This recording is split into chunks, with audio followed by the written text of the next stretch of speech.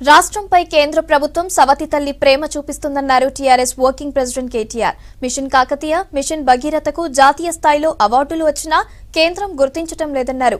దేశం మొత్తాన్ని ఒకే రకంగా చూడాలని పోయి కేంద్రానికి లేదని మండిపడ్డారు.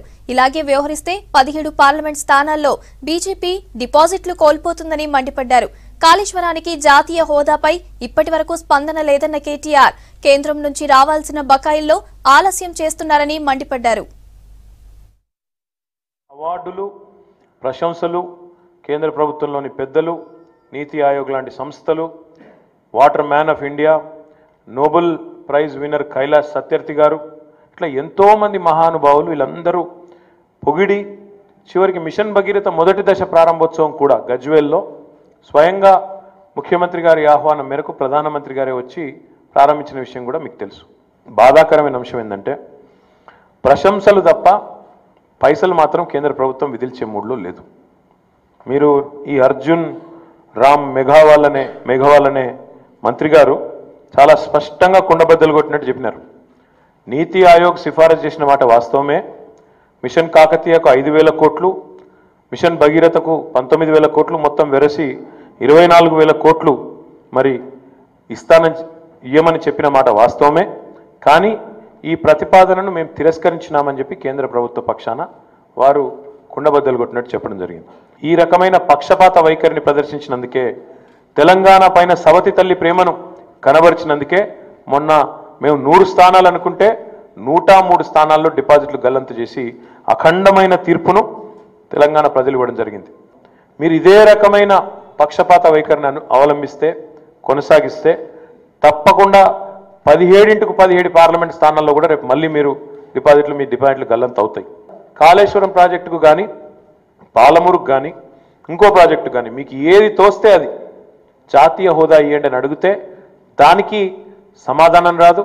దానికి ఇప్పటి వరకు స్పందన లేదు, ఉలుకు లేదు, పలుకు లేదు. మాకు రావాల్సిన బకాయిలు కేంద్రం నుంచి వాటి విషయంలో స్పందన ఉండదు. కాంపా నిధులు కానీ, సిఎస్టీ బకాయిలు కానీ, జిఎస్టీ బకాయిలు కానీ అందులో అంతులేని జాప్యం, అక్కడ నిధులు రావు. అదే రకంగా ఇక విభజన చట్టం విషయానికి వస్తే 1-2 కాదు, మనకింతవరకు ఐటీఐఆర్ విషయంలో ముఖ్యమంత్రి గారు ఒకసారి గారు 10 సార్లు కలిసినా స్పందన లేదు. బయ్యార ముక్కు ఫ్యాక్టరీ విషయంలో మాటలు తప్ప కార్యాచరణ లేదు. గిరిజన యూనివర్సిటీ కానీ, కాజీపేట వ్యాగన్ ఫ్యాక్టరీ కానీ ఏ ఒక్క విషయంలో ఇప్పటి వరకు స్పందన లేదు. పనిచేసే ప్రభుత్వాలకు, పనిచేసే రాష్ట్రాలకు, పనిచేసే ముఖ్యమంత్రులకు ప్రజలు పట్టం కడతా ఉన్నారు, మళ్ళీ గెలిపించారు. కానీ కేంద్ర ప్రభుత్వం మాత్రం ఇంకా కూడా దుర్మార్గంగా, అప్రజాస్వామికంగా తమ పార్టీ ప్రభుత్వాలు ఉంటే ఒక రకంగా, తమ పార్టీని ప్రజలు ఆదరించకపోతే ఇంకో రకంగా అన్నట్టు చాలా దుర్మార్గంగా వ్యవహారం చేస్తూ ఉన్నది. ఇది అప్రజాస్వామికం, ఇది మంచిది కాదు. మళ్ళీ ఇదే వైఖరిని కొనసాగిస్తూ ఉన్నారు. ఇప్పుడైనా బుద్ధి తెచ్చుకోండి అని విజ్ఞప్తి చేస్తాం. ఒకవైపు ఏమో ప్రశంసలు, ఇంకోవైపు మా పథకాలను కాపీ కొట్టేదానికి మొత్తం రంగం సిద్ధం చేసుకున్నారు.